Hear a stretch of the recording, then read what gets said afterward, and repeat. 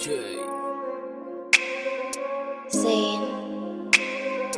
90. Kamusta ka na?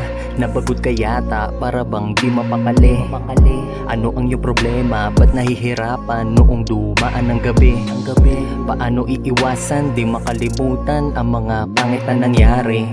Ako ang inasahan, naniwala sa'kin kahit na siya na ang nayari. Di ko alam paano maniwala sa mga tinago mo na kwento. Ang sabi mo sa akin ka na magtiwala dahil sa iba ito lamang imbento. Paano masiguro, mahirap yun at lalo baka paninira yun sa tao. Naging interesado sa bibig na mismo na hinahalay ka ng loko. Langhiya ka po, paano niya yun nagawa? Hindi mo makitaan sa labas niya na anyo at maiisip na panggigilang ka pa talaga. Mas mainam na lang na di agad magtiwala.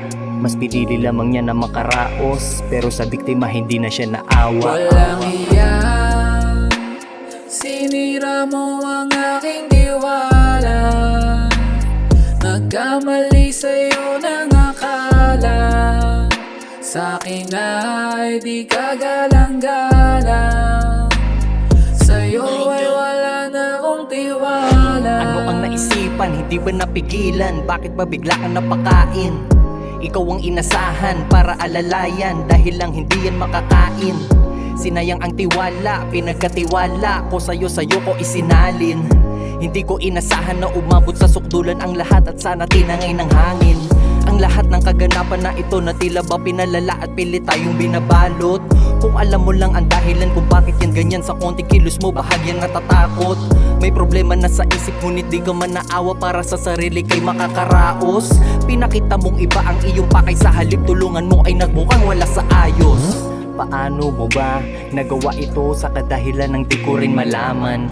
Mas pinili mo lang sana unawain ng kanya at nang malaman mo ganyan ang kalagayan. Ikaw kaya ang lumagay sa sitwasyon para malaman mo at paano din naman ang mahirapan.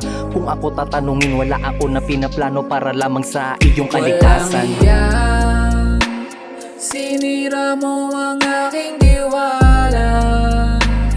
Nagkamali sa'yo ng akala. Sa'kin ay di ka galang-galang. Sa'yo ay wala na akong tiwala.